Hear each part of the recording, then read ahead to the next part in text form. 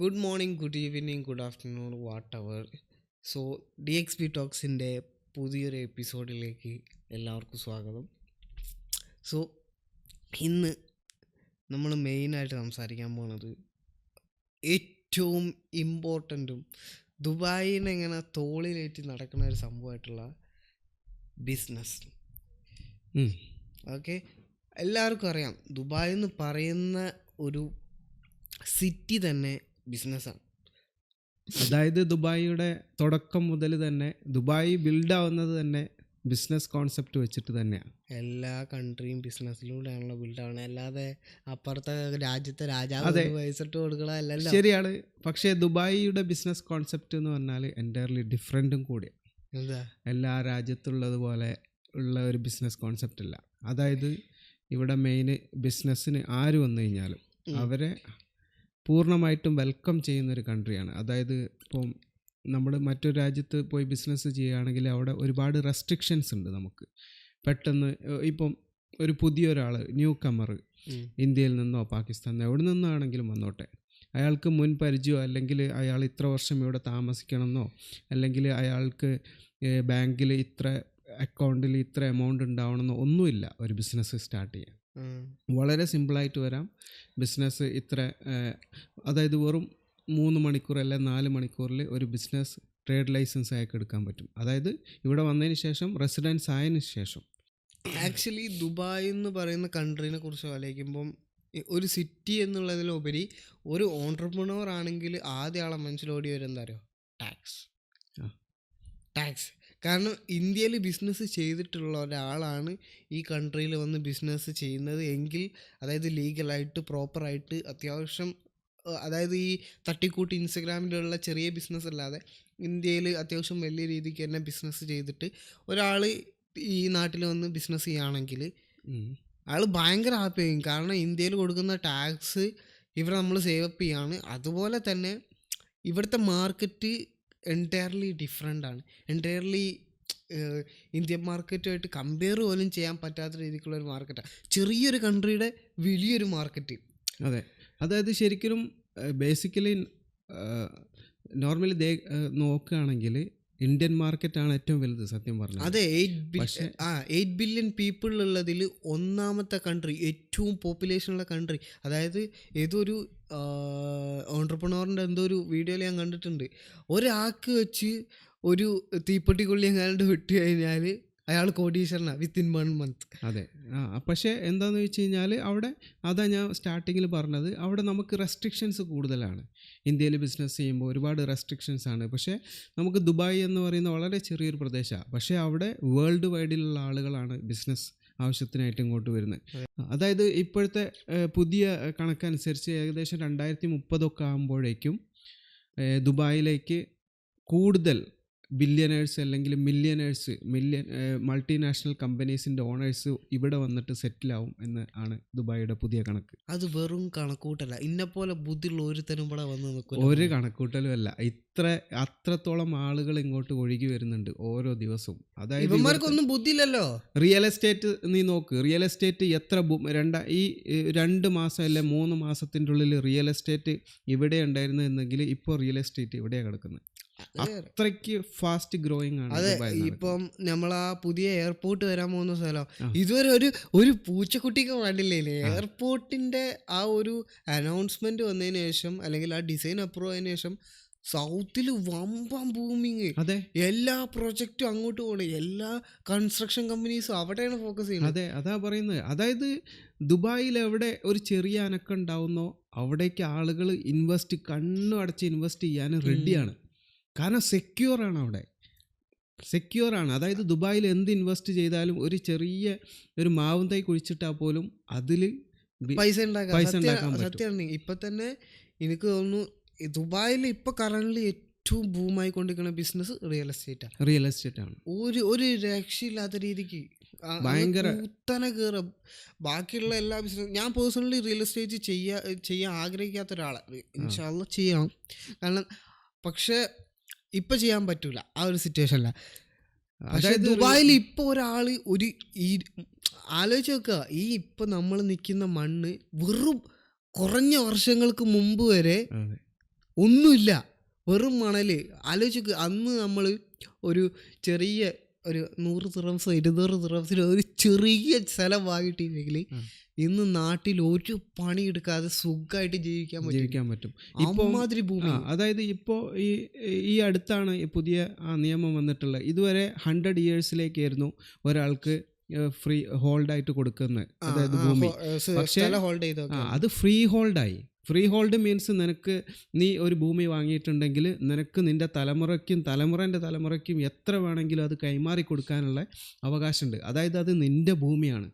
100 വർഷം കഴിഞ്ഞിട്ട് അത് ഗവൺമെൻറ്റിലേക്ക് തിരിച്ചു കൊടുക്കുക അങ്ങനെ ഇല്ല. നീ മരിച്ചു കഴിഞ്ഞാലും നിൻ്റെ തലമുറയ്ക്ക് നിനക്ക് എഴുതി കൊടുക്കാം, നിനക്ക് ഇഷ്ടമുള്ളവർക്ക് എഴുതി കൊടുക്കാം, നിനക്ക് ഇഷ്ടമുള്ളവർക്ക് വിൽക്കാം.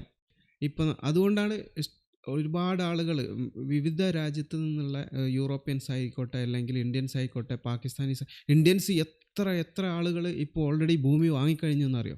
ഫ്ലാറ്റ് അപ്പാർട്ട്മെൻറ്റുകളായിട്ടും അതേപോലെ ഓരോ പ്രൊജക്റ്റ് സ്റ്റാർട്ട് ചെയ്യുമ്പോഴത്തേനും ഇവിടെ ബിൻഗാത്തി അതേപോലെ ദമാക്ക് ഓരോരുത്തരും മത്സരമാണ്.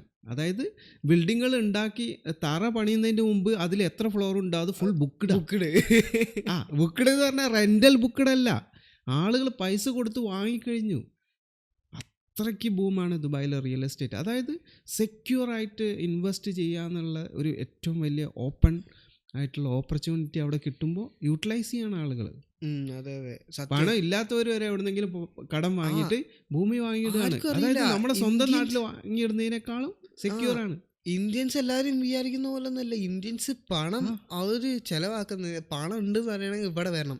ഓരോരുത്തരന്മാര് ഇന്ത്യൻസ് ചെലവാക്കുന്ന കണ്ട കണ്ണുള്ളു, ഒന്നുമില്ല, നമ്മളൊന്നുമല്ല. അതായത് ഇന്ത്യൻസ് പൊതുവെ അറിയാലോ കുറച്ച് ബുദ്ധിയുള്ള കൂട്ടത്തില്ല, ബാക്കി രാജ്യക്കാരിൽ നിന്ന് കുറച്ച് ബുദ്ധി കൂടിയിട്ടുള്ള ആൾക്കാരാണ്. ഫെയിം ഇല്ല, ഒന്നുമില്ല, ജസ്റ്റ് ഓൾഡ് മണി. പൈസ ഉണ്ട്, പൈസ ഉണ്ടാക്കുന്നുണ്ട്, ഒരാളും അറിയില്ല, അവൻ ഹാപ്പിയാണ്, എൻജോയ് ചെയ്ത്. അവനറിയാം ഫെയിം വരുമ്പോഴുള്ള പ്രശ്നം എന്തൊക്കെയാണ്, അതുപോലെ ഫെയിം വന്നാലുള്ള ഗുണങ്ങൾ അറിയാം. But he doesn't care, he just want to be like you know peace of mind. Peace of mind. കുറേ പണമുണ്ട്, കുറേ പ്രോപ്പർട്ടി ഉണ്ട്, അവിടെ നിന്ന് വെറുതെ ഇരുന്നാലും പൈസ വരുന്നു, അവിടെ പോകുന്നു ഇവിടെ പോകുന്നു, ഒരാളും അറിയുന്നില്ല. ഉദാഹരണത്തിന് ഇപ്പോൾ നമ്മളെ ഇലോൺ മസ്ക് ലോകത്തിലെ ഏറ്റവും വലിയ പണക്കാരനായിരിക്കുക. അപ്പുറത്ത് നോക്കുകയാണെങ്കിൽ സൗദിയിൽ എണ്ണപ്പാടുള്ളവന്മാരൊക്കെ ഇലോൺ മസ്കിന്റെ ഒരു 100 മടങ്ങ് ഇരട്ടി പൈസ ഉള്ള ആൾക്കാർ, അതായത് ട്രില്യൻസ് ആസ്തിയുള്ള ആൾക്കാർ. പക്ഷെ അവരുടെ പേര് എവിടെയും വരില്ല, ഒരു ഗൂഗിളും വരില്ല. ലോകത്തിലെ ഏറ്റവും റിച്ചസ്റ്റ് പേഴ്സൺ ആരാൻ സെർച്ച് ചെയ്താൽ ഒരിക്കലും ഈ സൗദി അറബി ട്രില്യൻസ് ആസ്തിയുള്ള ആളെ പേര് വരില്ല. പക്ഷെ അയാളെന്താ, ഇലോൺ മസ്ക് ഒന്നാമത്. എൻ്റെ മോനെ പൊളിയാണ് ആളിയാ, പൊളി. എങ്ങനെ എത്ര പൈസ ഉണ്ട്, എവിടെ ട്രില്യൻസ് ആസ്തി ഉണ്ടാവും, പക്ഷെ ആരും അറിയുന്നില്ല. അതെ, അങ്ങനെ ഇന്ത്യൻസ് ഇഷ്ടം പോലെ കിടക്കുന്നുണ്ട്. ഒരുപാട് ആളുകൾ ഭയങ്കരമായിട്ട് ഇൻവെസ്റ്റ് ചെയ്യുന്നുണ്ട് ഇവിടെ. അത് ബിസിനസ്സിലായിക്കോട്ടെ, റിയൽ എസ്റ്റേറ്റിലായിക്കോട്ടെ, ഏത് മേഖലയിലാണെങ്കിലും ഇന്ത്യൻസ് ഭയങ്കരമായിട്ട് അടിച്ചു കയറി വരുന്നുണ്ട് ഇവിടെ. അതിപ്പോൾ ദുബായിൽ നിന്ന് വേണമെന്നൊന്നുമില്ല, വേൾഡിൻ്റെ ഏത് ഭാഗത്ത് പോയി കഴിഞ്ഞാലും ഇന്ത്യൻസ്, എസ്പെഷ്യലി കേരള ഒക്കെ ഭയങ്കരമായിട്ട് അടിച്ചു കയറിക്കൊണ്ടിരിക്കുന്നതാണ്. പക്ഷേ ബിസിനസ്സിനെ ഏറ്റവും കൂടുതൽ മറ്റു രാജ്യങ്ങളെ അപേക്ഷിച്ച് ഏറ്റവും കൂടുതൽ സപ്പോർട്ട് ചെയ്യുന്ന, അല്ലെങ്കിൽ ഏറ്റവും കംഫർട്ടബിൾ ആയിട്ടുള്ളൊരു സോണാണ് ദുബായ് എന്ന് പറയുന്നത്. 100%. അതുകൊണ്ടാണ് ആളുകൾ അത്ര കണ്ണടച്ചിട്ട് വന്നിട്ട്, ഏത് രാജ്യക്കാരും വളരെ സിമ്പിളായിട്ട് വന്നിട്ട് ഇവിടെ ഇൻവെസ്റ്റ് ചെയ്യുന്നത്. അതായത് അവർക്കറിയാം, അത് നമ്മളിപ്പം ഇന്ന് 2000 ദിർഹംസ് മുടക്കുന്നതെങ്കിൽ ഒരു വർഷമാകുമ്പോഴത്തിന് അത് 20 ലക്ഷമായിട്ട് അവന് തിരിച്ചു കിട്ടും. അത്രയ്ക്ക് പ്രോഫിറ്റ് അവന് കിട്ടുന്നുള്ള ഉറപ്പ്, അത് ഉറപ്പാണ്. അതിൻ്റെ കൂടെ വരുന്ന കുറേ ഓഫേഴ്സ് ഉണ്ട്. റിയൽ എസ്റ്റേറ്റിൻ്റെ മേഖലയിലാണെങ്കിൽ കുറേ ഓഫേഴ്സ് അതിൻ്റെ കൂടെ തന്നെ തരുന്നുണ്ട്. ഈ ആരാണോ ഇത് വെക്കുന്നത്, അതായത് നമ്മളിപ്പം ഒരു ബിൻഗാത്തി അതല്ലെങ്കിൽ ദമാക്കിൻ്റെ കയ്യിൽ നിന്നോ അല്ലെങ്കിൽ ഇമാറിൻ്റെ കയ്യിൽ നിന്നോ ഒരു പ്രോപ്പർട്ടി വാങ്ങുന്നുണ്ടെങ്കിൽ അവർ തന്നെ അതിന് ഓൾറെഡി ഗ്യാരണ്ടീഡാണ്. നിങ്ങൾക്ക് ഇത് വിൽക്കാൻ പറ്റിയില്ലേ, ഞങ്ങൾ വിറ്റ് തരാം, നിങ്ങളിപ്പോൾ വാങ്ങിയതിൻ്റെ ഡബിൾ പൈസയ്ക്ക് ഞങ്ങളത് വിറ്റ് തരും. അത്ര ഗ്യാരണ്ടീഡാണ്. കാരണം അത് ഓൾറെഡി ഉറപ്പാണ്, വിറ്റ് പോവും. 100% ഉറപ്പായിട്ടുള്ള കാര്യമാണ്. മാത്രമല്ല എനിക്ക് തോന്നുന്നത് ഇവിടെ വന്നിട്ട്, അതായത് ദുബായ് എന്ന് പറയുന്ന സിറ്റിയിൽ വന്നിട്ട് ഒരു ബിസിനസ് തുടങ്ങിയിട്ട് അവൻ ഫെയിൽ ആവുന്നുണ്ടെങ്കിൽ 100% ഉറപ്പാണ് അവൻ വേറെ ഏത് രാജ്യത്ത് പോയിട്ട് എന്ത് ബിസിനസ് ചെയ്താലും പൊട്ടിപ്പാളീസാവും. കാരണം ഇവിടെ നിങ്ങളൊരു ലൈസൻസ് എടുത്ത് ഒരു ബിസിനസ് സ്റ്റാർട്ട് ചെയ്തു, ഇറ്റ് ഡസൻറ്റ് മാറ്റർ നിങ്ങൾ എന്ത് സാധനമാണ് വയ്ക്കുന്നത് അല്ലെങ്കിൽ എന്ത് സർവീസാണ് കൊടുക്കുന്നത്, already there is a market for that thing, അല്ലെങ്കിൽ ഫോർ ദാറ്റ് സർവീസ് ഓൾറെഡി അതെ. There is a market for that. Um. So it's only matter of hard work in Dubai. നിങ്ങൾ അതെ. ഹാർഡ് വർക്ക് ചെയ്യുകയാണെങ്കിലും ഏത് പൊട്ടൻ്റെയും ബിസിനസ് ജയിക്കാൻ പറ്റും. അവന് വലിയ ബുദ്ധി വേണ്ട. അതെ. ഇൻഫാക്ട് ബിസിനസ്സിൽ ഏറ്റവും വലിയ ബ്യൂട്ടിഫുൾ ആയിട്ട് സംഭവം അതാണ്. നിങ്ങൾക്ക് ഭയങ്കര ബുദ്ധിയൊന്നും വേണ്ട, അല്ലെങ്കിൽ Yeah. ഭയങ്കരമായിട്ട് തല വേണ്ട, നിങ്ങൾക്ക് എല്ലാത്തിനും കുറിച്ച് അറിവ് ആവശ്യമില്ല. Yes. ജസ്റ്റ് നിങ്ങൾ ഹാർഡ് വർക്ക് ചെയ്യാനുള്ള ഒരു മനസ്സുണ്ടായാൽ മാത്രമേ, ഒന്നും വേണ്ട. You just have to be that person who's never going to be give up, um. Who's never known giving up. അതെ. ആ ഒരു പേഴ്സൺ ആണ് നിങ്ങളെങ്കിൽ ഇറ്റ് ഡസൻ മാറ്റർ. അതായത് നമ്മൾ ശ്രദ്ധിക്കേണ്ടത്, ഒരു കംഫർട്ട് സോണിൽ നിന്നും പുറത്ത് ചാടണം എന്ന് ആഗ്രഹിക്കുന്ന ഒരാളാണെങ്കിൽ അവർക്ക് ഏറ്റവും ബെസ്റ്റ് ഓപ്ഷനാണ് ദുബായ്. ദുബായ് 100%. അതായത് കംഫർട്ട് സോണിൽ നിൽക്കുന്ന ഒരാൾക്ക് ഒരിക്കലും മുകളിലേക്ക് മാറാൻ പറ്റില്ല. നമ്മൾ എപ്പോഴാണോ ആ കംഫർട്ട് സോണിൽ നിന്നും പുറത്ത് ചാടുന്നത്, അവിടെ നിന്നാണ് നമ്മുടെ കരിയർ സ്റ്റാർട്ട് ചെയ്യുന്നത്. ഒരിക്കലും നമ്മൾ ഒരാളും കംഫർട്ട് സോൺ മീൻസ് ഒരു ജോലിക്കാരനാണെങ്കിൽ ആ ജോലിയിൽ മാത്രം ഒതുങ്ങിക്കൂടി നിൽക്കുക, അതിൽ കണ്ടിന്യൂഷൻ ചെയ്യുക എന്നുള്ളൊരു മൈൻഡിൽ നിൽക്കുന്നവരാണെങ്കിൽ അത് കംഫർട്ട് സോണാണ്. Comfort zone. പക്ഷേ അതിൽ നിൽക്കുന്നത് കൊണ്ട് ഒരിക്കലും നമുക്ക് ഒരു അപ്ഗ്രേഡേഷൻ ഉണ്ടാവില്ല. ആ നമ്മൾ ഐഫോൺ IPX ഉള്ളതെങ്കിൽ IPX നിൽക്കൂ, അതിൻ്റെ നെക്സ്റ്റ് വേരിയേഷനിലേക്ക് പോകാൻ പറ്റില്ല. പ്രോ മാക്സ് അവിടെ കിടക്കുന്നുണ്ട്, അതിലേക്ക് അതിൽ. അപ്പോൾ അതിന് പറ്റിയൊരു ഏറ്റവും ബെസ്റ്റ് ഓപ്ഷനാണ് ദുബായ്. അത് വളരെ സിമ്പിളായിട്ട് നമുക്ക് തിരഞ്ഞെടുക്കാം, കണ്ണ് അടച്ചിട്ട് തിരഞ്ഞെടുക്കാം. ഇപ്പോൾ നമ്മൾ ഒമാൻ എന്നൊക്കെ നമ്മളെ ഡ്രാഗൺ മാർട്ട് എന്ന് പറഞ്ഞൊരു സ്ഥാപനമുണ്ട്. ആ സ്ഥാപനമുള്ള ഒരു വലിയ ഷോപ്പിംഗ് സെൻറ്റർ ഡ്രാഗൺ മാർട്ട് ദുബായിലെ ഇൻ്റർനാഷണൽ സിറ്റിയിൽ. ഒമാനികളെല്ലാം നമ്മളവിടെ പോയി കഴിഞ്ഞാൽ മിനിമം ഒരു 10 അല്ലെ ഒരു 12 വണ്ടിയെങ്കിലും ഒമാനി വണ്ടി അവിടെ ഉണ്ടാവും. കാരണം അവർ അവിടുന്ന് പർച്ചേസ് ചെയ്യാൻ വേണ്ടിയിട്ട് വരുന്നത് ദുബായിലേക്കാണ്. അതേപോലെ ഖത്തർ ആയിക്കോട്ടെ, ഒമാൻ ആയിക്കോട്ടെ, ബഹ്റൈൻ ആയിക്കോട്ടെ, സൗദി ആയിക്കോട്ടെ, ഇപ്പം സൗദി കുറച്ചൊന്ന് ബൂമായി വരുന്നുണ്ട്. പക്ഷേ സൗദിയിലേക്കുള്ള കംപ്ലീറ്റ് ഐറ്റംസും ഒരു 90% ഐറ്റംസും പോകുന്നത് ദുബായിൽ നിന്നാണ്, പർച്ചേസ് പോകുന്നത് ദുബായിൽ നിന്നാണ്. പക്ഷേ സൗദിനെ സംബന്ധിച്ച് എന്താ പ്രശ്നം എന്ന് വെച്ച് കഴിഞ്ഞാൽ ട്രാൻസ്പോർട്ടേഷനിലുള്ള കുറേ ന്യൂനതകളുണ്ട്, കുറേ നമ്മളടുത്ത് തന്നെ എത്ര കസ്റ്റമേഴ്സ് ഉണ്ട് സൗദിക്ക്. നിങ്ങൾ ട്രാൻസ്പോർട്ട് ചെയ്യെങ്കിൽ ഓക്കെ, കംപ്ലീറ്റ് സെറ്റാണ്, ഞങ്ങളെ കംപ്ലീറ്റ് വർക്ക് നമ്മൾ എടുക്കില്ല. കാരണം സൗദി അത്രയ്ക്ക് തലവേദനയാണ്, ഒരിക്കലും ഒരു ഫ്രണ്ട്ലി ആയിട്ടുള്ള കൺട്രി. അതേസമയം നമ്മൾ ദുബായിലേക്ക് എന്തെങ്കിലും ഒരു പ്രൊഡക്റ്റ് നമുക്ക് ഏത് രാജ്യത്തു നിന്നും കൊണ്ടുവരണം, ഒരു പ്രോബ്ലം ഇല്ല, കണ്ണുടച്ച് അവിടെ ഇരിക്കാം. നമ്മളെ ഒരു ഷിപ്മെന്റ് ലാസ്റ്റ് ടൈം വന്നത് നമ്മൾ പോലും അറിഞ്ഞിട്ടില്ല. നമ്മൾ എൻ്റെ അടുത്ത് അവൻ വന്ന് സാധനം ഇറക്കി കഴിഞ്ഞിട്ട് സൈൻ ചെയ്യാൻ പറയുമ്പോഴാണ് ഞാൻ ഇത് ചൈനയിൽ നിന്ന് ഓർഡർ ചെയ്തത്. അപ്പോൾ മൈൻഡിലേ കംപ്ലീറ്റ് ഫ്രീ ആണ്. നമ്മളിപ്പോൾ ഫസ്റ്റ് ടൈം എടുക്കുകയാണെങ്കിൽ നേരെങ്കിൽ ട്രാൻസ്പോർട്ട് ലൈസൻസ് അത് നമ്മളൊന്നും ചെയ്യേണ്ട, ഇത്ര ദിർഹംസ് കൊടുക്കുക, അതുപോലെ തന്നെ കംപ്ലീറ്റ് ആക്കി തരും. കംപ്ലീറ്റ് ക്ലിയറൻസ് നമുക്ക് ചെയ്തിട്ട് ഓൺ ഡോറിലേക്ക് നമുക്ക് സംഭവത്താണ്. അതിൻ്റെ ഇടയിൽ ഒരു നൂലാമലകളോ ഒരു പേപ്പറും കൊണ്ട് നമ്മൾ ഗവൺമെൻറ്റിൻ്റെ പിന്നാലെ നടക്കുക, ഓഫീസർമാരെ പിന്നാലെ നടക്കുക, കൈക്കൂലി കൊടുക്കുക, അങ്ങനത്തെ ഒരു സംഭവത്തിൻ്റെ ആവശ്യമില്ല. അതാണ് ദുബായ് അത്ര ഓപ്പൺ ആയിട്ട് ഫെയിം ആവുന്നത്. ദുബായ് അതുകൊണ്ട് തന്നെയാണ്, അതായത് വേറിട്ട് നിൽക്കുന്നു. എല്ലാം ദുബായ് എന്ന് പറഞ്ഞാൽ എല്ലാവർക്കും അറിയാം ഫ്രീഡം ആണ്. അതായത് കംപ്ലീറ്റ്ലി നിങ്ങൾക്ക് ഓപ്പൺ ആയിട്ട് തന്നിരിക്കണം, ഒരു ഓപ്പൺ ഗെയിം. അതായത് GTA ഒക്കെ പോലെ വന്നോ കളിച്ചോ വിട്ടോ. അത് നമ്മുടെ വേറുള്ള രാജ്യത്തുള്ള മാതിരി അല്ലെങ്കിൽ ഇപ്പോൾ അവരെ ഫ്രീഡം ആക്കി വിട്ടിട്ട് നെക്സ്റ്റ് ലെവലിൽ അവരെ പിടിച്ചിട്ട് അവരെ കംപ്ലീറ്റ് പിഴിയാം, അങ്ങനത്തെ മൈൻഡിലൊന്നും അല്ല ഗവൺമെൻറ്. അതായത് നിങ്ങൾക്ക് എങ്ങനെ ജീവിക്കണോ നിങ്ങൾ ജീവിച്ചോ, അതിനുള്ള ഫ്രീഡം നിങ്ങൾ. പക്ഷെ വേറൊരാളെ ബുദ്ധിമുട്ടിക്കരുത്, ഉപദ്രവിക്കരുത്. മര്യാദയ്ക്ക് നിങ്ങൾക്ക് എല്ലാവിധ ഫ്രീഡം ഉണ്ട്, അതെ, ജീവിച്ചോ ബസ്. അതുകൊണ്ടാണ് ബിസിനസ് നമ്മൾ സ്റ്റാർട്ട് ചെയ്യുന്ന സമയത്ത് ഞാൻ പറഞ്ഞല്ലോ, വെറും 3 മണിക്കൂർ കൊണ്ട് നമുക്ക് ബിസിനസ് ലൈസൻസ് കിട്ടുന്നത്. അത് കഴിഞ്ഞിട്ട് അതിൻ്റെ ബാക്കിയുള്ള എല്ലാ കാര്യങ്ങളും, അതായത് വിസ പ്രോസസ്സിങ് ആയിക്കോട്ടെ, എംപ്ലോയ്മെൻറ്റ്സിനെ എടുക്കുന്ന റിക്രൂട്ട്മെൻറ്റിനായിക്കോട്ടെ, അതുപോലെ തന്നെ അവരെ ബാക്കി എമിറേറ്റ്സ് ID ഇവിടുത്തെ ID കാർഡ് കിട്ടുന്നതായിക്കോട്ടെ, അതേപോലെ അൺഎംപ്ലോയ്മെൻറ്റ് ഇൻഷുറൻസ് ആയിക്കോട്ടെ, അങ്ങനെ അതേപോലെ തൊഴിലാളികളെ ഇമ്പ്രൂവ്മെൻറ്റിന് വേണ്ടിയിട്ട് ഒരുപാട് കാര്യങ്ങൾ ഗവൺമെൻറ് ചെയ്യുന്നുണ്ട്. കാരണം ആ തൊഴിലാളികളൊന്നും ഗവൺമെൻറ്റിൻ്റെതല്ല, ഓരോ കമ്പനീസും കൊണ്ടുവരുന്നതാണ് ഓരോ എംപ്ലോയീസിനെയും. പക്ഷേ ആ എംപ്ലോയീസിന് എന്തെങ്കിലും പ്രോബ്ലം വന്നു കഴിഞ്ഞാൽ വരെ അതിനെ പ്രൊട്ടക്റ്റ് ചെയ്യാൻ വരെ ഗവൺമെൻറ് തയ്യാറാണ്. ഇൻഫാക്റ്റ് അതായത് ഈവൻ ആ കമ്പനീനെ ആ തൊഴിലാളി പറ്റിക്കുകയാണെങ്കിൽ ഒരിക്കലും ദുബായ് ഈ മുതലാളിയുടെ കൂടെ ഇരിക്കില്ല, ഈ തൊഴിലാളിനെ. നമുക്ക് തന്നെ അറിയാം, ലാസ്റ്റ് കുറച്ച് മന്ത്സ് മുമ്പ് നമ്മളൊരു പാകിസ്ഥാനി പറ്റിച്ചിട്ട് പോയി. അതെ, പറ്റിച്ചിട്ട് നമ്മളെ അവന് വിസക്ക് മുറയ്ക്ക് 7,000 ദിർഹംസ് അങ്ങ് പൊട്ടിപ്പോയി. അതെ. എന്നിട്ട് കേസ് വലിഞ്ഞ് അവൻ ഔട്ട്സ്കോണ്ടിങ്ങിനും കാര്യങ്ങളും പോയപ്പോൾ ഉം. നമ്മൾ കണ്ടത് എന്താ, നിയമം അവൻ്റെ കൂടെ നിൽക്കുകയാണ്. അവന് വിസ അടിച്ചിട്ട് 1 മാസം പോലും ആവുന്നതിന് മുമ്പ് ഇറങ്ങിപ്പോയിട്ട്, അതായത് ഉം. പ്രൊബിഷൻ പീരീഡ് അല്ല, 6 Probation months. period, yeah. അതിനകത്ത് ഇറങ്ങിപ്പോയിട്ട് ഉം. അവനൊരു പ്രശ്നമില്ല, ഒരു കുളിരും ഇല്ല. അതെ, അതെ. അപ്പോൾ അത്രയ്ക്കും തൊഴിലാളികളെ പ്രൊട്ടക്ട് ചെയ്യുന്നുണ്ട്. പ്രൊട്ടക്ട് ചെയ്യുന്നൊരു ആ, അതേപോലെ ബിസിനസ്സിൽ അതായത് ഓണേഴ്സിന് കൊടുക്കണ്ടേ. ആ. ഇപ്പം മാർക്കറ്റ് എന്ത് കിടിലും. നമ്മൾ കണ്ട കഴിഞ്ഞ ദിവസം നമ്മൾ ഡ്രാഗൺ മാർട്ട് പോയപ്പോൾ കണ്ട ഒരൊറ്റ ഷോപ്പ്, അതായത് 200 സ്ക്വയർ മീറ്റർ പോലും ഇല്ലാതെ അതെ, ഒരു ഷോപ്പിനകത്ത് 3 കമ്പനീസ് 3 കമ്പനീസ്. ഒരുത്തിന് ഞാൻ പറഞ്ഞ്, അതായത് ഈ സ്റ്റാൻഡ് മേടിച്ച് അപ്പുറത്തുനിന്ന് ഒരു USB ഇതും മേടിച്ച്. അപ്പോൾ USB അവൻ്റെതാ. എന്ത് USB അവൻ്റെതോ? അപ്പോൾ പറയാണ് USB ഇതുപോലെയുള്ള ആക്സസറീസ് ഐറ്റംസ് മൊത്തം പുള്ളിക്കാരൻ്റെ സെയിൽസാണ്. എൻ്റെത് മ്യൂസിക് ഐറ്റംസ് ആണ് ഈ സൈഡ്. വേറെ ഐറ്റമാണ് ആംപ്ലിഫയർ, അങ്ങനത്തെ ഐറ്റംസ് ആണ് എൻ്റെത്. അതെ. ഒരു 200 സ്ക്വയർ ഫീറ്റ് 200 കൂടുതലാ. 100 സ്ക്വയർ ഫീറ്റിന്റെ അടിയിൽ അതിന്റെ ഉള്ളിലാണ് ഒരു ചെറിയ ഇതിനകത്ത് 3 കമ്പനീസ്. അതെ, അതെ. എന്നിട്ട് അതിലുള്ള തിരക്കെന്ന് എനിക്ക് തോന്നുന്നു നമ്മൾ ഉണ്ടാക്കണേക്കാളും കൂടുതൽ ആ ചെറിയൊരു ഒരു ചെറിയ ഷോപ്പിനകത്ത് അവന്മാരുണ്ടാക്കണം. അതാണ് ദുബായ്. അതെ, അതെ, അതെ. ഇവിടെ നോ ഐഡിയ ബ്രോ.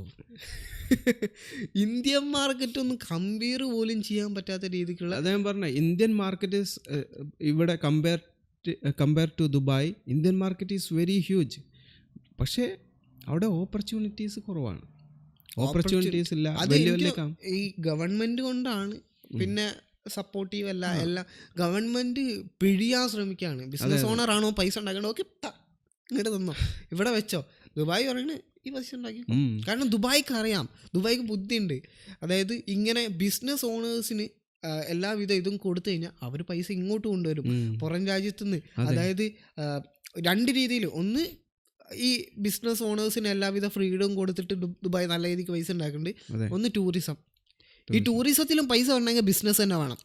കാരണം ബിസിനസ് ഓണേഴ്സ് ആ ടൂറിസത്തിൽ വരുന്നവർക്ക് ആവശ്യമായിട്ടുള്ള കാര്യങ്ങൾ, അതായത് ഇപ്പം പാർക്ക് ആണെങ്കിലും ഹോട്ടൽസ് ആണെങ്കിലും, ഇതൊക്കെ ബിസിനസ് ഓണേഴ്സ് തുടങ്ങിയാൽ ടൂറിസത്തിന് ആൾ വരും. ഈ ടൂറിസത്തിന് ആൾ വന്നാലേ പുറത്തുനിന്ന് പൈസ. ഇത് ഇന്ത്യ എത്രമാത്രം ദൈവം കനിഞ്ഞൊരു കൺട്രിയാ. ഇതിന്റെ 10-1 ബുദ്ധി യൂസ് ചെയ്തില്ലെങ്കിൽ ഇന്ത്യ ഇന്ന് പിടിച്ചാൽ കിട്ടാത്ത ലെവലല്ല. ടൂറിസത്തിന് ഏറ്റവും പെർഫെക്റ്റ് ആയിട്ടുള്ള ഒരു പ്ലേസാണ് ആക്ച്വലി ഇന്ത്യ എന്ന് പറയുന്നത്. അതായത് ഒരുപാട് സ്ഥലങ്ങളുണ്ട്, ഒരുപാട് നാഗരികതകളുണ്ട്, ഒരുപാട് ശില, അങ്ങനത്തെ ഒരുപാട് സംഭവങ്ങളുണ്ട്. ആൻഷ്യൻ്റ് ആയിട്ടുള്ള സംഭവങ്ങൾ, അങ്ങനെ. അതേപോലെ ഹിസ്റ്റോറിക്കലായിട്ട്, നാച്ചുറലായിട്ടോ, സംസ്കാരങ്ങളായിട്ടോ, അങ്ങനെ ഒരുപാട് സംഭവങ്ങൾ നമുക്ക് എക്സ്പ്ലോർ, ഏത് ഒരു സഞ്ചാരി വരികയാണെങ്കിൽ നമുക്ക് എക്സ്പ്ലോറിന് ഒരുപാട് സ്ഥലങ്ങളുണ്ട്.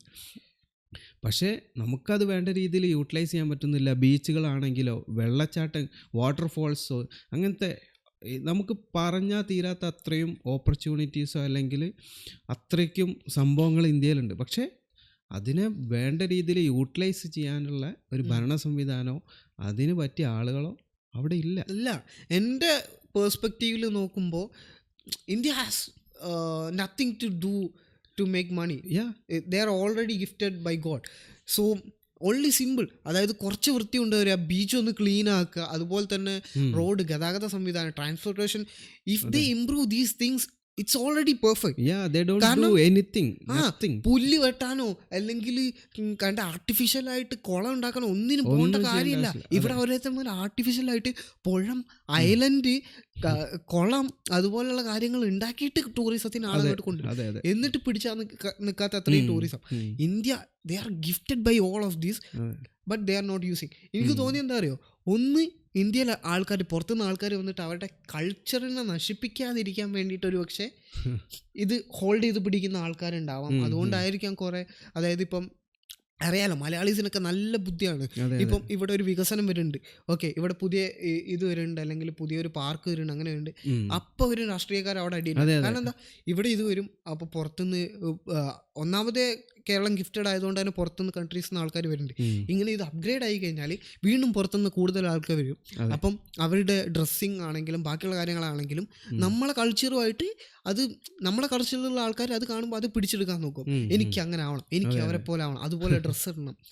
അറിയാലോ, human desires are not chained, it will go everywhere Yeah, of with course. Their mind. So Yeah, that's അവരത് പിടിച്ചു വെക്കാൻ നോക്കിയിട്ട് പറയും വേണ്ട, പുറത്തുനിന്ന് ആൾക്കാർ വേണ്ട, നമുക്ക് പീസ് മതി. ഞാൻ ആ ഒരു മൈൻഡുള്ള ആളാണ് പേഴ്സണലി പറയുകയാണെങ്കിൽ. എനിക്ക് ഈ പൈസനോടൊന്നല്ല, എനിക്ക് പീസ് ഓഫ് മൈൻഡ്. എനിക്ക് തോന്നുന്നു കേരളത്തിലുള്ള ആൾക്കാർ ബുദ്ധി ഇല്ലാത്തതുകൊണ്ടല്ല, ബുദ്ധി കൂടിപ്പോയതുകൊണ്ടാണ്. കൂടിപ്പോയത് കൊണ്ടുള്ള പ്രശ്നമാണ്. അതെ. പക്ഷേ ഒരു വിധത്തിൽ നോക്കുമ്പോൾ എല്ലാവർക്കും അവരുടേതായ പെർസ്പെക്റ്റീവാണ് ലൈഫിൽ എങ്ങനെ ജീവിച്ച് മരിക്കണം എന്നുള്ളത്. അതെ അതെ. പക്ഷേ ഒരു ഡെവലപ്മെൻറ്റ് നമുക്ക് ഇന്ത്യയിൽ കൊണ്ടുവരാൻ പറ്റിക്കഴിഞ്ഞാൽ ഇപ്പോൾ അവർ ജീവിക്കുന്നതിനേക്കാളും ജീവിത നിലവാരം ഉയരുന്നു എന്നുള്ള ഒരു സംഭവം അവിടെ വരുന്നുണ്ട്. പക്ഷേ അതിപ്പോഴും ബിലോ പോവർട്ടി, ബിലോ ബാക്ക്വേർഡിലാണ് ഇപ്പോഴും ഇന്ത്യൻസ് ഉള്ളത്. എപ്പോഴും ഏതൊരു രാജ്യത്താണെങ്കിലും വികസനം എപ്പോൾ വരുന്നോ, അല്ലെങ്കിൽ എങ്ങനെയാണ് ഗതാഗത സംവിധാനം ആയിക്കോട്ടെ, അതല്ലെങ്കിൽ എഡ്യൂക്കേഷൻ സിസ്റ്റം ആയിക്കോട്ടെ, എന്തിലും ഇമ്പ്രൂവ്മെൻ്റ് എപ്പോൾ വരുന്നോ അവിടെ നിന്നാണ് ആ രാജ്യം വികസിക്കുക. അല്ലെങ്കിൽ അവിടെ ജീവിക്കുന്ന ആളുകളുടെ എക്കണോമിക്കലി ആയിട്ടാണെങ്കിലും ഫിസിക്കലി എങ്ങനെയാണെങ്കിലും അവർ ഡെവലപ്പ് ആവുക. അവിടെ ഒരു വികസനം വരുമ്പോൾ മാത്രം. അത് ദുബായ് തിരിച്ചറിഞ്ഞുകൊണ്ടാണ് ദുബായിൽ വെറും 30% മാത്രമേ ലോക്കൽസ് ഉള്ളൂ ഇവിടെ. ബാക്കി മൊത്തം വിദേശികളാണ്. 70% വിദേശികളെ വെച്ചിട്ടാണ് ഈ രാജ്യം ഓടുന്നത്. അത് ഇത്ര പെർഫെക്റ്റ് ആയിട്ട് ഓടുന്നുണ്ടെങ്കിൽ അത് അവരുടെ വിഷൻ ഉള്ളത് കൊണ്ടാണ്. അവർക്ക് ബിസിനസ് എങ്ങനെ കൊണ്ടുപോകണം എന്നറിയാം, അല്ലെങ്കിൽ ഒരു രാജ്യത്തിലേക്ക് വിദേശികളെ എങ്ങനെ ഇൻവൈറ്റ് ചെയ്യണം എന്നറിയാം. അതുകൊണ്ട് മാത്രം. ഇപ്പം ഉദാഹരണത്തിന് നാളെ എൻ്റെ എല്ലാം നഷ്ടപ്പെട്ട് കമ്പനി പൂട്ടിപ്പോയി, പൈസ പോയി, കൂടെ ഞാനില്ല, കൂടെ ആരുമില്ല. ഈ എന്ത് ബിസിനസ് സ്റ്റാർട്ട് ചെയ്യും? ദുബായിൽ അല്ലെങ്കിൽ ഇന്ത്യയിൽ നാട്ടിൽ പോകേണ്ടി വന്നു, വിസ അടിക്കാൻ പൈസ ഇല്ലാന്ന് വെച്ചോ, നാട്ടിൽ പോകേണ്ടി വന്നു, ഫ്രം സ്ക്രാച്ച് എന്ത് ചെയ്യും? ഓക്കെ, ഞാൻ എൻ്റെ കംപ്ലീറ്റ് കമ്പനി എല്ലാം പോയി എന്ന് വിചാരിച്ചോ, ഞാൻ അത്ര തളർന്നിട്ട് നേരെ ഇന്ത്യയിലേക്ക് ഓടുക അങ്ങനത്തെ ഒരു സിറ്റുവേഷനിലേക്ക് ഞാൻ ഒരിക്കലും നിൽക്കില്ല. കാരണം എന്നെ വളർത്തി വലുതാക്കിയത് ഓഫ് കോഴ്സ് ദുബായ് ആണ്. ആ ദുബായിൽ എനിക്ക് 100% കോൺഫിഡൻസും ഉണ്ട്. അപ്പം ഞാൻ നേരെ ജസ്റ്റ് ഒരുപാട് കമ്പനീസ് ഞാൻ അറിയുന്നുണ്ട് in this period, so many companies I know. അപ്പോൾ ഏതെങ്കിലും ഒരു കമ്പനിയിൽ എനിക്ക് കയറിയിട്ട് ജോലിക്കായിട്ട് തന്നെ ഞാൻ കയറും. എനിക്ക് ഒരു പ്രശ്നമില്ല. ഒരു ഓണ്ടർപ്രണർ എന്നുള്ള ഒരു സ്ഥാനത്ത് നിന്ന് നേരെ ഒരു എംപ്ലോയി എന്ന സ്ഥാനത്തേക്ക് എനിക്ക് സിമ്പിളായിട്ട് പോകാവുന്നുള്ളൂ. കാരണം നമ്മൾ ജനിച്ചത് മുതലേ ഓണ്ടർപ്രണറായിട്ട് പൊന്തി വന്നതൊന്നുമല്ല. So we can go simply anywhere, we can work anywhere. അപ്പം നമ്മളങ്ങനെ വർക്ക് ചെയ്യുന്നു. അതിൽ നിന്ന് കിട്ടുന്ന സാലറി, അതും ഞാൻ സ്റ്റാർട്ടിങ്ങിൽ വന്ന ടൈമിലുള്ള സാലറി അല്ല ഓഫ് കോഴ്സ് എനിക്ക് കിട്ടുക. ഞാൻ ഒരു വെൽ എക്സ്പീരിയൻസ്ഡ് ആയിട്ടുള്ള ആളാണ് എൻ്റെ ഫീൽഡിൽ. ഞാൻ ആ ഫീൽഡ് തന്നെയാണ് തിരഞ്ഞെടുക്കുകയുള്ളൂ. അതിൽ നിന്ന് കിട്ടുന്ന സാലറി വെച്ചിട്ട് എനിക്ക് മേ ബി ഒരു 1 ഇയർ ഞാൻ ജോലി ചെയ്തേക്കാം. 1 ഇയറിൽ കിട്ടുന്ന ആ പൈസ കൊണ്ട് മാത്രം ഞാനത് മാറ്റി വെച്ചിട്ട് തന്നെ അതിൽ നിന്ന് പെട്ടെന്ന് ഞാൻ നെക്സ്റ്റ് ബിസിനസ് തുടങ്ങാനേ ശ്രമിക്കുകയുള്ളൂ. അതായത് എനിക്കറിയാം, എനിക്ക് ഒരു ബിസിനസ് ദുബായിൽ തുടങ്ങിക്കഴിഞ്ഞാൽ അതിനെ എങ്ങനെ വിജയിപ്പിച്ചെടുക്കാമെന്നും ദുബായ് അത് എങ്ങനെ നമ്മളെ ആക്സെപ്റ്റ് ചെയ്യുന്നു എനിക്ക് വളരെ വ്യക്തമായിട്ട് അറിയാം. അത് ചിലപ്പോൾ ഒരു പക്ഷേ ഞാൻ ഇന്ത്യയിലോ അല്ലെങ്കിൽ കേരളത്തിലോ പോയിട്ടാണ് ചെയ്യുന്നതെങ്കിൽ ഒരു പക്ഷേ എനിക്ക് അത്രയും അതിനെ ഡെവലപ്പ് ചെയ്തെടുക്കാൻ പറ്റിയെന്ന് വരില്ല. അതായത് നമ്മൾക്ക് എവിടെയാണോ ഒരു കംഫർട്ടായിട്ടുള്ള ഒരു പ്ലേസ് എന്ന് നമുക്ക് തോന്നുന്നോ അവിടെ നമുക്ക് കോൺഫിഡൻഷ്യലായിട്ട് വർക്ക് ചെയ്യാനും നമുക്ക് നമ്മളെ കരിയറിനെ ഉയർത്തിക്കൊണ്ടുവരാനും പറ്റും. അതിപ്പോൾ ഞാൻ പറഞ്ഞല്ലോ, നാട്ടിൽ നിന്നും വരുന്നവർ ഫ്രം ദ സ്ക്രാച്ചാണ്. പക്ഷേ വളരെ സിമ്പിളായിട്ട് അവർക്ക് ഇവിടെ വന്നിട്ട് ബിസിനസ് സ്റ്റാർട്ട് ചെയ്യാൻ പറ്റും.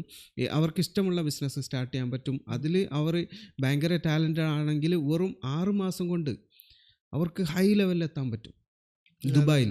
അതിന് പറ്റിയ ഒരേ ഒരു പ്ലേസ് ദുബായ് മാത്രമേ ഉള്ളൂ. അതെ, അതായത് ഇന്ത്യയിലൊക്കെ ഒരുത്തൻ ബിസിനസ് ചെയ്ത് അവൻ കുറച്ച് സക്സസ് കണ്ട് എന്നിട്ട് അവന് സാഹചര്യങ്ങൾ കൊണ്ട് പൊട്ടി അങ്ങനെ വീണ്ടും വീണ്ടും കഷ്ടപ്പെടുന്ന ഒരുത്തൻ ഇവിടെ വന്നിട്ട് ഇട്ട് കഴിഞ്ഞാലുണ്ടല്ലോ, ഈ എന്താ പറയുക, ഈ ചെറിയ കുളത്തിൽ നീന്തി കളിച്ചുകൊണ്ടിരുന്ന മീനെ കൊണ്ടുപോയിട്ട് കടലിലിട്ടാണല്ലോ ആ ഒരവസ്ഥയേക്കും അവൻ പറക്കും. കാരണം ഓപ്പർച്യൂണിറ്റീസ് ആണ്, ഓപ്പൺ ആണ്. നമ്മളൊരു ചെറിയൊരു സോണ്, അതാ ഞാൻ പറഞ്ഞത്, നമ്മൾ ചെറിയൊരു കംഫർട്ട് സോണിൽ നിന്നും ഒരു വലിയ സ്ഥലത്തേക്കാണ് വരുന്നത്. അതായത് ചെറിയൊരു രാജ്യത്തിൻ്റെ വലിയ വിഷയമുള്ളൊരു പ്രദേശത്തേക്കാണ് നമ്മൾ വരുന്നത്. അപ്പോൾ ഓട്ടോമാറ്റിക്കലി നമ്മളുടെ മനസ്സ് ചെറുതാണെങ്കിൽ പോലും നമ്മളിവിടെ എത്തുമ്പോഴത്തേനും നമ്മുടെ മൈൻഡ് ഓപ്പൺ ആയിക്കൊണ്ടിരിക്കുകയാണ്.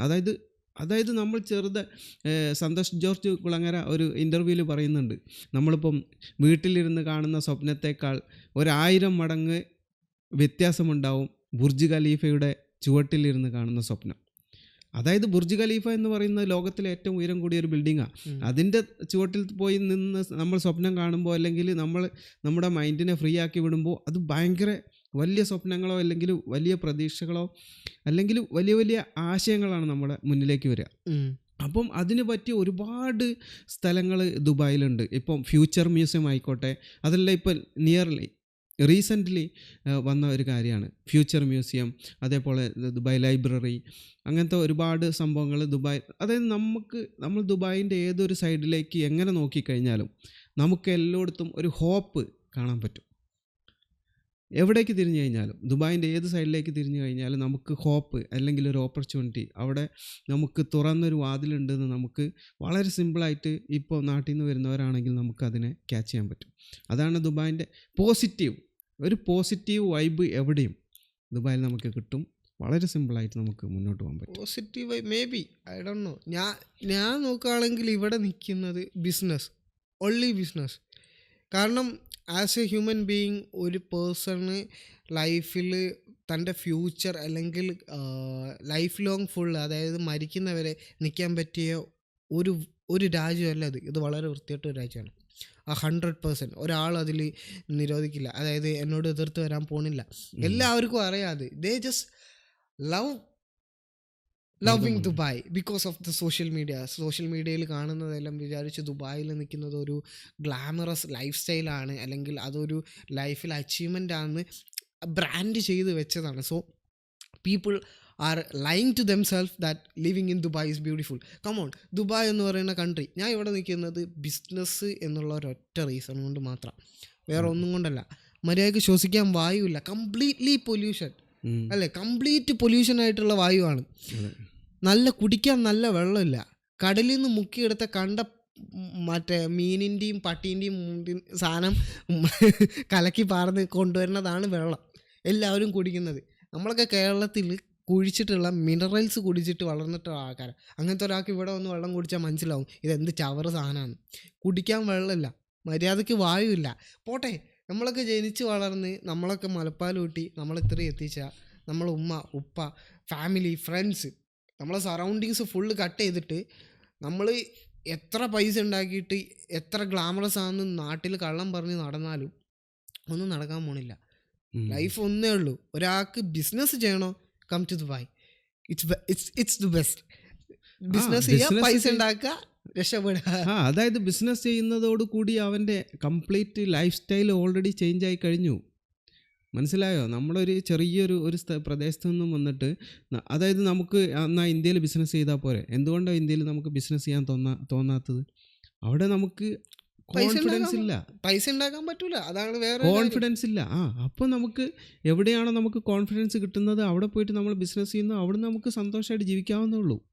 വേറൊരു കാര്യം എന്താ അറിയോ, ഈ ദുബായിൽ ബിസിനസ് ചെയ്യുന്നത് എന്താ പറയുക, ഇന്ത്യൻ മാർക്കറ്റിൽ കമ്പയർ ചെയ്യുമ്പോൾ പൊട്ടന്മാരാ. ഇന്ത്യൻ മാർക്കറ്റ് ചിലപ്പോൾ കാണുമ്പോൾ കച്ചറയിക്കും, മൊത്തം കഞ്ഞികളയിക്കും. പക്ഷെ അവിടെ ഒരു കോമ്പറ്റേറ്ററിനോട് നമ്മൾ ഫൈറ്റ് ചെയ്യുന്നതിൻ്റെ 10-1 ഇവിടെ ഫൈറ്റ് ചെയ്യണ്ട. അവിടെ ഉള്ളമാരൊക്കെ ഇന്ത്യൻസിൻ്റെ ബുദ്ധി യൂസ് ചെയ്യുന്നവന്മാരാ. ഒരു കോമ്പറ്റേറ്റർ വന്നു കഴിഞ്ഞാൽ നമ്മൾ ചിലപ്പോൾ അവന്മാർ പ്രൈസ് കുറയ്ക്കുന്നുണ്ട്, നമ്മൾ കുറച്ച് ബ്രാൻഡഡ് ആയിട്ട് മൂവ് ചെയ്തു. അവന്മാർ ചിലപ്പം എന്താ പറയുക, അടുത്ത ദിവസം put 10 million there, do that, destroy him. അതായിരിക്കും അവന്മാർ ഇവിടുത്തെ ആൾക്കാരെ പോലെ. അല്ലെങ്കിൽ സ്വന്തം കമ്പനിയുടെ കംപ്ലീറ്റ് സെയിൽസ് ഒരുത്തനെ കൊണ്ട് നടത്തിച്ചിട്ട് വെറുതെ ഇരുന്ന് പൈസ വാങ്ങുന്നവരായിരിക്കില്ല ഇന്ത്യയിൽ കളത്തിലിറങ്ങി കളിക്കുന്ന ആമ്പിള്ളേരാ. അപ്പം അങ്ങനെ ഒരു അഡ്വാൻറ്റേജും കൂടെ അവിടെ ഉണ്ട്. ഇവിടുത്തെ മാർക്കറ്റ് സിമ്പിളാണ്, അതേസമയം പവർഫുള്ളുമാണ്. ഇന്ത്യൻ മാർക്കറ്റ് ഒരു മിസ്റ്ററിയാണ് ഇപ്പോഴും. എനിക്ക് തോന്നുന്നു ഒരുപാട് ബിസിനസ് ഓൺട്രപ്രണേഴ്സിൻ്റെ ഡ്രീമാണ് ഇന്ത്യൻ മാർക്കറ്റ് കയ്യിലെടുക്കുക. It's not easy. I don't think it's gonna be easy because all the people are really really smart and they are not really good. അതായത് ആളുകൾക്ക് ഏറ്റവും എളുപ്പം എവിടുന്നാണോ, അതായത് ബിസിനസ് ചെയ്യാന്ന് പറഞ്ഞാൽ കുറേ ആലോചിച്ച് നിൽക്കാനോ അതല്ലെങ്കിൽ കുറേ സമയം എടുത്തിട്ട് ചെയ്യേണ്ട ഒരു കാര്യമൊന്നുമല്ല. അതായത് വളരെ ചുരുങ്ങിയ കാലം നമുക്ക് ഈ ലോകത്ത് ജീവിക്കാനുള്ള ഇതുള്ളൂ. അപ്പം ആ കുറഞ്ഞ സമയം കൊണ്ട് ഏറ്റവും ഫാസ്റ്റായിട്ട് നമുക്ക് എങ്ങനെ ഗ്രോ ചെയ്യാൻ പറ്റുമോ അവിടേക്ക് ആളുകൾ വരുള്ളൂ, ഇൻവെസ്റ്റേഴ്സ് വരുള്ളൂ. അതായത് ഒരു ഇൻവെസ്റ്ററും ഇന്ന് ഒരു 10 മില്യൺ അല്ലെ 20 മില്യൺ ഇവിടെ ഇൻവെസ്റ്റ് ചെയ്തിട്ട് എനിക്ക് അതിൻ്റെ ലാഭം ഒരു 5 കൊല്ലം കഴിഞ്ഞിട്ട് കിട്ടിയാൽ മതി എന്ന കോൺസെപ്റ്റിൽ ഒരു മില്യനേഴ്സും ഇപ്പം ഇല്ല. അതായത് ഓൺ ടൈം ലാഭം കിട്ടുക, അല്ലെങ്കിൽ അതായത് ദുബായിലെ എല്ലാ ബിസിനസ്സിനും അങ്ങനെയാണ് സംഭവിക്കുന്നത്. ഇപ്പോൾ റിയൽ എസ്റ്റേറ്റ് ആണെങ്കിലും ഇപ്പോൾ നീ ഇന്ന് ഇൻവെസ്റ്റ് ചെയ്തോ, നെക്സ്റ്റ് ഇയറിൽ നീ ഇൻവെസ്റ്റ് ചെയ്തതിൻ്റെ ഡബിളാണ് നിൻ്റെ കയ്യിലേക്ക് വരുന്നത്. അപ്പം അത് കിട്ടുന്നു ഉറപ്പുണ്ട്. അതുകൊണ്ട് ഇൻവെസ്റ്റേഴ്സ് വളരെ സിമ്പിളായിട്ട് ദുബായ് മാർക്കറ്റിൽ ഇൻവെസ്റ്റ് ചെയ്യുന്നു, അവരതിൻ്റെ പ്രോഫിറ്റും എടുക്കുന്നു. അത് കഴിഞ്ഞിട്ട് അവർക്ക് എവിടേക്ക് കറങ്ങാൻ പോകുന്നോ, ഏത് രാജ്യത്ത് പോകണോ, വളരെ സിമ്പിളാണ്. അതാണ് അതിൻ്റെ പ്രത്യേകത.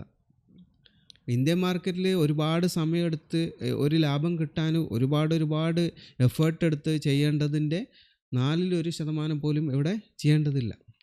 അതെ, അതാണ് എനിക്ക് വ്യത്യാസം. തോന്നുന്നു ദുബായിൽ ഏറ്റവും ഈസി, അതായത് സക്സസ് റേറ്റ് ഉള്ളത് എനിക്ക് തോന്നുന്നു സർവീസ്, അത് ദുബായിൽ നിന്നല്ല അതെ, ഇന്ത്യയിലാണെങ്കിലും ഏറ്റവും ബെസ്റ്റ് ഈസ് സർവീസ് ബേസ്ഡ് ബിസിനസ്സാണ്.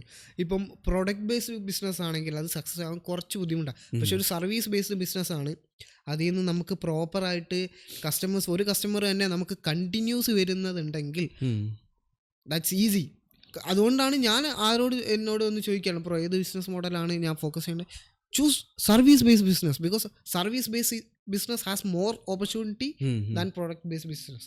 അങ്ങനെയല്ല, അത് ഓരോരുത്തരുടെ വ്യൂ പോയിന്റ് അനുസരിച്ചാണ്. ബട്ട് സർവീസ് ബേസ്ഡ് ബിസിനസ് നമുക്ക് ഈസിയാണ് സ്കെയിൽ ചെയ്യാൻ. പ്രൊഡക്റ്റ് ബേസ്ഡ് ബിസിനസ് പോലെയല്ല. ചിലപ്പം ഒരു പ്രൊഡക്റ്റ് ഇന്നാക്കി ഇഷ്ടമായി ഇന്നാക്കി ഇഷ്ടമായില്ല എന്നുണ്ടാവും, ചില സമയത്ത് അത് സീസൺ അനുസരിച്ച് സെയിലായി പോയില്ല എന്നുണ്ടാവും, അങ്ങനെ കുറേ. പക്ഷേ ഒരു സർവീസ് ബേസ്ഡ് ആണെങ്കിൽ ഇന്നൊരു കസ്റ്റമർ വന്നു, ആ കസ്റ്റമർ തന്നെ വേറെ കസ്റ്റമറിനോട് വിളിച്ചിട്ട് പിറ്റേ ദിവസം വരുന്നു.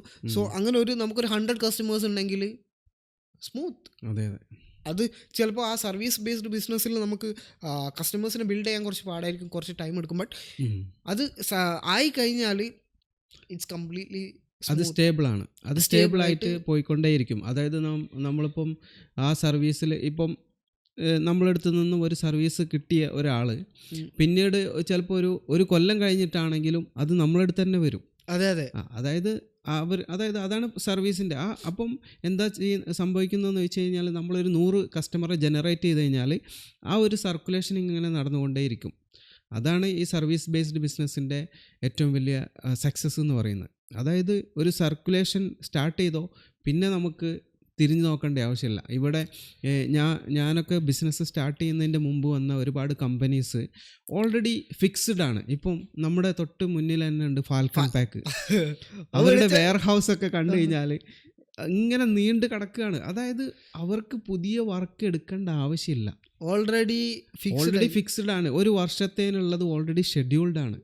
ഇത്ര പ്രൊഡക്ഷൻ ഇന്ന ദിവസം ഇത്ര പ്രൊഡക്ഷൻ ഇറക്കണം എന്നുള്ളത് ഓൾറെഡി ഷെഡ്യൂൾഡ് ആണ്. അതായത് അത്രയ്ക്കും കസ്റ്റമർ ബാക്കപ്പ് അവർ ഓൾറെഡി ബിൽഡപ്പ് ചെയ്ത് കഴിഞ്ഞു. അതായത് അവരൊക്കെ ഇവിടെയൊക്കെ സാമ്പത്തിക മാന്ദ്യം വരുന്നതിൻ്റെ മുമ്പേ ബിസിനസ് സ്റ്റാർട്ട് ചെയ്ത ആളുകളാണ് ഈ ഫാൽക്കൺ പാക്ക്. അതുപോലത്തെ കുറേ കമ്പനീസ് ഉണ്ട് ഇവിടെ. ഹോട്ട് പാക്ക് ഒക്കെ എന്ന് പറഞ്ഞാൽ ബില്യൺസിൻ്റെ ബിസിനസ്സുകൾ നടക്കുന്ന, അതായത് കംപ്ലീറ്റ് സൗദി അറേബ്യ ആയാലും ഒമാനിലേക്കും എല്ലാം പാക്കേജിങ് ഐറ്റംസ് കയറ്റി വിടുന്നത് ഈ ഹോട്ട് പാക്കെന്നും അങ്ങനത്തെ കമ്പനീസിൽ നിന്നാണ്. അപ്പം അവർ ഓൾറെഡി നമ്മളിപ്പം ഒരു പുതിയ ഒരു കസ്റ്റമർ അങ്ങോട്ട് ചെന്നാൽ തന്നെ അവർക്ക് ടൈം പീരീഡ് അങ്ങോട്ട് കൊടുക്കുക ചെയ്യുക. അതായത് 3 മാസം കഴിഞ്ഞിട്ട് പോവാ. വളരെ സിമ്പിളാണ് അവർ പറയുന്നത്. അതായത് നിർബന്ധമില്ല ചെയ്യേ വേണ്ട. കാരണം അതാണ് ആ സർവീസ് ബേസ്ഡ് ബിസിനസ്സിൻ്റെ ഏറ്റവും വലിയ അഡ്വാൻറ്റേജ് എന്ന് പറയുന്നത്. നമുക്കൊരു കസ്റ്റമർ ബാക്കപ്പ് വന്നോ, കസ്റ്റമർ ബാക്കപ്പ് നമുക്ക് ക്രിയേറ്റ് ചെയ്യാൻ പറ്റിയോ, അവിടെ പിന്നീട് നമ്മൾ സക്സസ് ആണ്. നമുക്ക് തിരിഞ്ഞു നോക്കേണ്ടി, നീ നേരത്തെ എന്നോട് ചോദിച്ച ആ ചോദ്യം പോലും പിന്നീട് ചോദിക്കേണ്ടി വരില്ല. നമ്മൾ ഒരു കസ്റ്റമർ ബാക്കപ്പ് ഉണ്ടാക്കി വെച്ചിട്ടുണ്ടെങ്കിൽ, സർവീസ് ബേസ്ഡ് ബിസിനസ്സാണ് നിങ്ങൾ സ്റ്റാർട്ട് ചെയ്യുന്നതെങ്കിൽ, നിങ്ങൾക്ക് ഇതുപോലെ ഒരു കസ്റ്റമർ ബാക്കപ്പ് ഉണ്ടാക്കി വെച്ചിട്ടുണ്ടെങ്കിൽ പിന്നീട് ആ ബിസിനസ് പൊളിയോ എന്നൊരു ചോദ്യം അവിടെ ചോദിക്കേണ്ട ആവശ്യമില്ല. അത് ഇതിൻ്റെ മുന്നേ വന്ന പോലെ മാന്ദ്യം വരിക, അതല്ലെങ്കിൽ വലിയ വെള്ളപ്പൊക്കം വന്നിട്ട് കംപ്ലീറ്റ് അടിച്ച് കലക്കി പോവേ, അങ്ങനെ അൺഎക്സ്പെക്റ്റഡ് ആയിട്ട് എന്തെങ്കിലും സംഭവിച്ചിട്ടുണ്ടെങ്കിൽ മാത്രമേ ആ ബിസിനസ് പൊളിയുള്ളൂ. അല്ലാതെ ബിസിനസ് ദുബായിൽ കണ്ണും പൂട്ടി നമുക്ക് ചെയ്യാൻ പറ്റും. അപ്പം ആരാണോ ബിസിനസ്സിലേക്ക് ഇറങ്ങുന്നത്, ഒന്നെങ്കിൽ സർവീസ് ബേസ്ഡ് ബിസിനസ്സിലേക്ക് ഫോക്കസ് ചെയ്യാൻ ശ്രമിക്കുക, അതും ചെയ്യാൻ മീൻസ് നല്ല 100% ഹാർഡ് വർക്ക്. അത് കമ്പൽസറി ചെയ്താൽ മാത്രമേ നമുക്ക് അത് നേടിയെടുക്കാൻ പറ്റൂ. കാരണം മാർക്കറ്റ് അത്രയ്ക്കും കോമ്പറ്റീഷൻ ഉള്ളൊരു മാർക്കറ്റും കൂടിയാണ് ദുബായ് എന്ന് പറയുന്നത്. അതായത് ഒരു എനിക്ക് തോന്നുന്നത് എന്താ അറിയോ, ഇപ്പം നമുക്ക് ഒരു പ്രൊഡക്റ്റ് ബേസ്ഡ് ബിസിനസ് ഇറങ്ങുമ്പോൾ ഓൾറെഡി അറിയാലോ, പ്രൊഡക്ട്സ് ഓൾറെഡി ഓൾമോസ്റ്റ് നമുക്ക് എന്ത് സാധനം വേണോ type in, you will get it. C, ഈ ലോകത്ത് ഇപ്പം നമുക്ക് ഒരു പ്രൊഡക്റ്റ് ബേസ്ഡ് ബിസിനസ് സക്സസ് ആക്കണമെങ്കിൽ ഒന്ന് നമ്മൾ ഒരു പ്രൊഡക്റ്റിനെ റെപ്ലിക്കേറ്റ് ചെയ്യണം. അതായത് സെയിം പ്രൊഡക്റ്റ് അത് അഡ്വാൻസ്ഡ് ചെയ്തിട്ട് നമ്മൾ ഇറക്കണം, നമ്മുടേതായിട്ടുള്ള പ്രൊഡക്റ്റ് ആയിട്ട് ഇറക്കണം. അല്ലെങ്കിൽ നമ്മൾ ന്യൂ പ്രൊഡക്റ്റ് ആയിട്ട് തന്നെ ഇറക്കണം. പുതിയ ഒരു പ്രോബ്ലം സോൾവ് ചെയ്യുന്ന ഒരു സൊല്യൂഷനായിട്ട് new product we have to launch it, right? So in service based business, it doesn't matter. You don't have to do something new, അല്ലെങ്കിൽ you don't have to make new services. It's good if you make something new, but നിങ്ങൾക്ക് നേരെ അപ്പുറത്തെടുത്താൻ അതാ എന്തെങ്കിലും car washing service കൊടുക്കുന്നു. Okay, നമ്മളെ പ്ലേസിൽ പോകുന്നു, car washing ഇടുന്നു, ആളെ ഫോക്കസ് ചെയ്യുന്നു, ബസ് ഡൺ. അതേസമയം പ്രൊഡക്റ്റ് ആണെങ്കിൽ തലവേദന. അതേപോലെ അതിന് വലിയ സ്റ്റോറേജ് ആവശ്യമുണ്ട്. നമ്മളിപ്പം പർട്ടിക്കുലർ പ്രൊഡക്റ്റിനെ അല്ലെങ്കിൽ ഏതെങ്കിലും ഒരു പ്രൊഡക്റ്റിനെ, അതായത് ദുബായിലെ മാർക്കറ്റിൽ എന്ന് പറഞ്ഞു കഴിഞ്ഞാൽ നമ്മൾ 1-2 നമ്മൾ ഒരു പ്രൊഡക്റ്റ്, ഒരു സോപ്പ് പെട്ടി എന്ന് തന്നെ വിചാരിച്ചോ, ഒരു സിമ്പിളായിട്ട് ഒരു സോപ്പ് പെട്ടി, അതിൻ്റെ ഡിഫറെൻറ്റ് വേരിയേഷൻസ് നമുക്ക് വെച്ചേ പറ്റൂ, അല്ലെങ്കിൽ ആ പ്രൊഡക്റ്റ് പോയില്ല. ഈ വെക്കുന്ന പ്രൊഡക്റ്റ് തന്നെ 2-3 അല്ലെങ്കിൽ 10,000-5,000 വെച്ചിട്ടും കാര്യമില്ല. ചിലപ്പം ഒരു കസ്റ്റമർ വന്നിട്ട് ചോദിക്കുന്നത് 100,000 പീസ് എനിക്ക് വേണമെന്നായിരിക്കും. നമ്മളെ എടുത്ത് കൊടുക്കാനില്ലെങ്കിൽ നെക്സ്റ്റ് അവിടെ ഓപ്ഷൻസ് വന്നു. അതെ, ഓൾറെഡി ഓപ്ഷൻസ് ഉണ്ട്. ചീപ്പർ ഓപ്ഷൻസ് അവിടെ വന്നു. ഓൾറെഡി 100,000 അല്ല 100 മില്യൺ പീസും സ്റ്റോക്കേജ് വെക്കുന്ന കമ്പനീസും ഇവിടെ ഉണ്ട്. അപ്പോൾ അവിടെ കോമ്പറ്റീഷൻ വന്നു. അപ്പോൾ അതുകൊണ്ടാണ് പറയുന്നത് പ്രൊഡക്റ്റ് ബേസിൽ നിന്നും മാറിയിട്ട് സർവീസ് ബേസ്, ഇപ്പം കാർ വാഷിംഗ് ആയിക്കോട്ടെ, അല്ലെങ്കിൽ AC സർവീസ് ആയിക്കോട്ടെ, അതേപോലെ AC വിൽക്കണം എന്നില്ല, വെറും AC സർവീസ് കൊടുത്താൽ മതി. ഇവിടെ സീസൺ കയറി കഴിഞ്ഞാൽ ഫിൽറ്റർ ക്ലീൻ ചെയ്ത് കൊടുത്താൽ മതി. അതായത് ഇപ്പം സമ്മർ സീസണിൽ ഒരൊറ്റ AC കാരെ വിളിച്ചാൽ നമുക്ക് കിട്ടില്ല. നമ്മൾ തന്നെ 2 വട്ടം ഫിൽറ്റർ ക്ലീൻ ചെയ്യാൻ വിളിക്കേണ്ടത്, കാരണം പുക വരുന്നുണ്ട്. അവർക്ക് വെറും 6 മാസം ഇവിടെ ജോലി കഴിഞ്ഞാൽ ബാക്കി 6 മാസം ജോലിയേ ചെയ്യണ്ട. കാരണം അത്രയ്ക്കും പൈസ അവർക്ക് ഓൾറെഡി ഈ ഒരൊറ്റ സമ്മറിൽ കിട്ടുകയാണ് ചെയ്യുന്നത്. അപ്പോൾ അത് സർവീസ് ബേസ്ഡ് ആണ്. അതെ.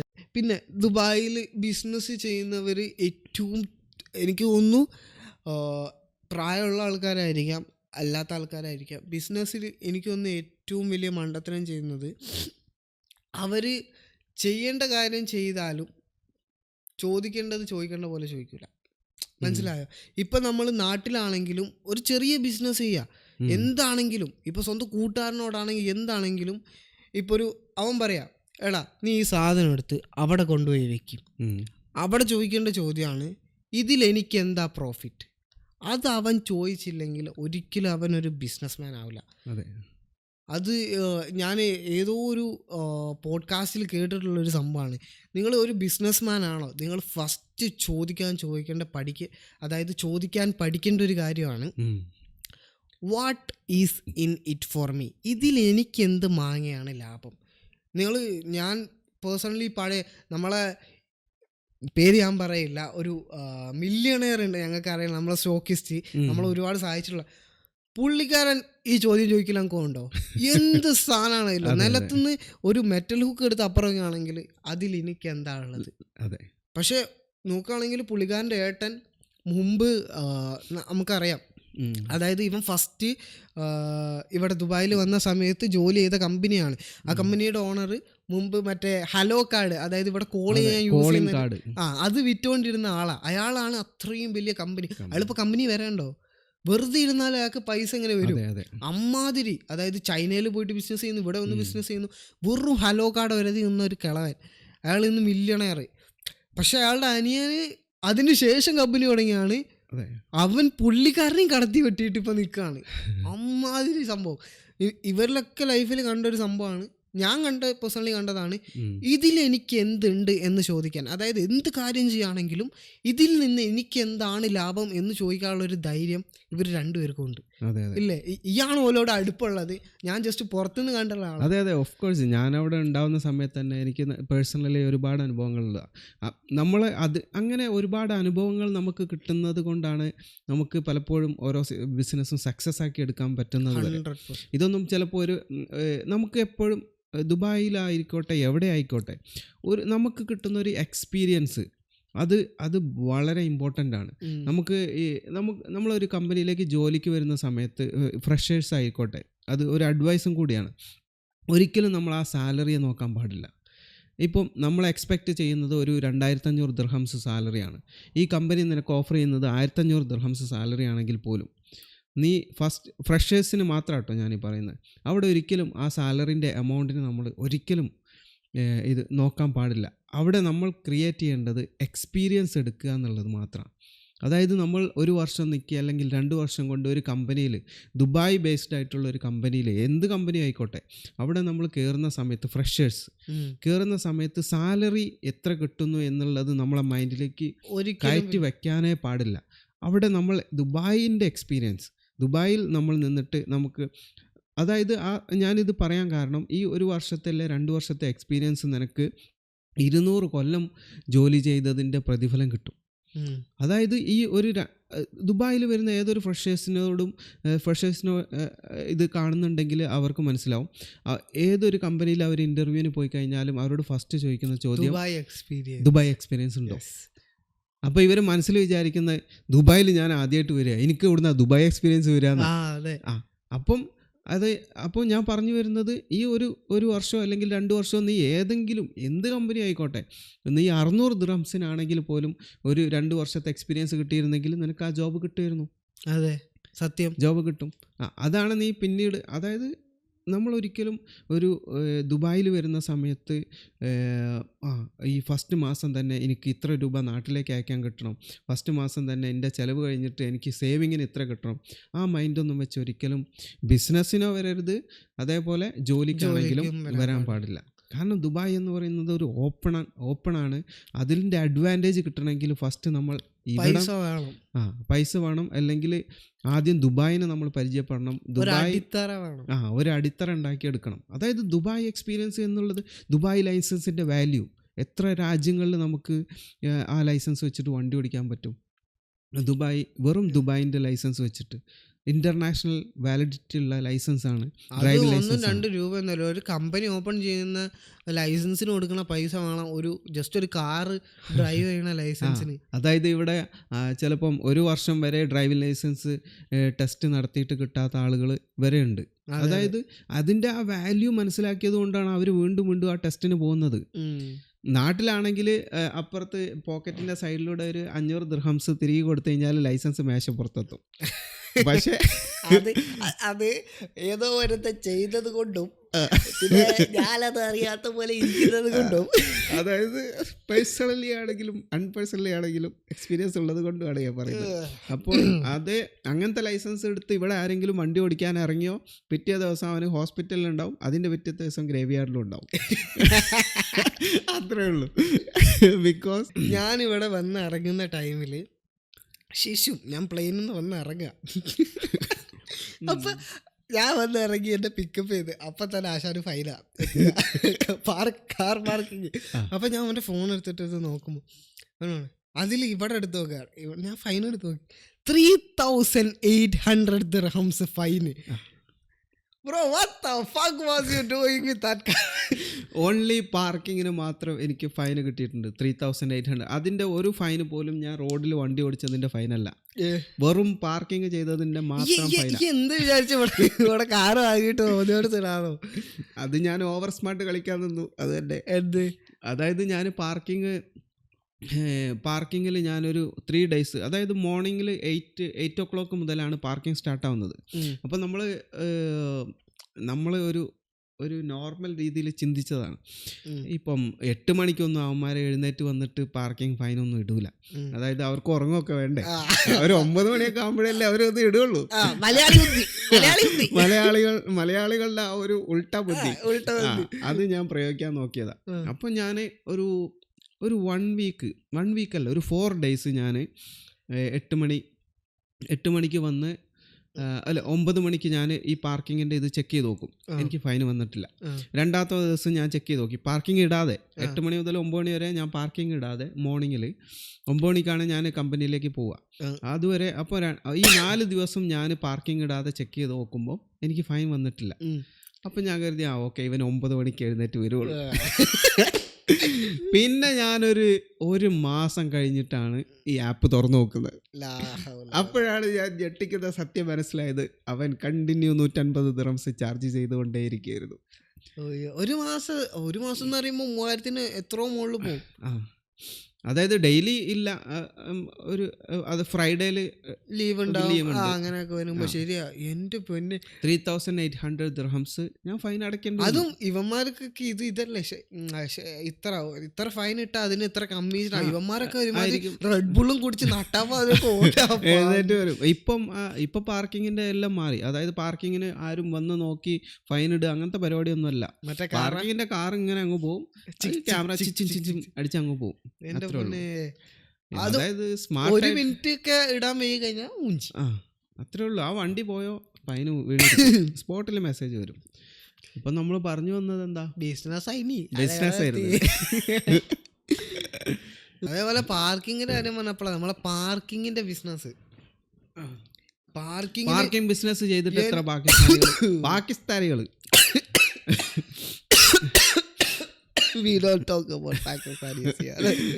ഏറ്റവും കൂടുതൽ പാകിസ്ഥാനികളാണ് ഇവിടെ പാർക്കിങ്സ്. അതായത് പാർക്കിങ്ങിന്റെ പ്ലോട്ടുകൾ വാങ്ങിയിട്ട്, പാർക്കിങ്ങിന്റെ പ്ലോട്ടുകളല്ല, പ്ലോട്ട് വാങ്ങിയിട്ട് അവിടെ പാർക്കിങ് ഇട്ടിട്ട് അതിൽ നിന്നും വരുമാനം ഉണ്ടാക്കുന്ന. അതായത് എന്ത് ചെറിയ ചെറിയ ബിസിനസ് നമുക്ക് ചെയ്യാൻ നമ്മുടെ മൈൻഡിൽ വരുന്നുണ്ടോ അതിൽ നമുക്ക് പ്രോഫിറ്റ് ഉണ്ടാക്കാനുള്ള ഓപ്പർച്യൂണിറ്റി ഇവിടെ ഉണ്ട്. So that's it. I am officially going to die. So ഇതാണ് ദുബായ്. ബിസിനസ് ചെയ്യണോ ഒരു മനുഷ്യന് ഏറ്റവും ഈസി ആയിട്ടുള്ള വേയിൽ ഒരെണ്ണമാണ് ദുബായ്. അതായത് നിങ്ങൾക്ക് വേണോ കുറച്ച് പൈസ എടുക്കുക, വരിക, സ്റ്റാർട്ട് ചെയ്യാൻ പോകും. That's it.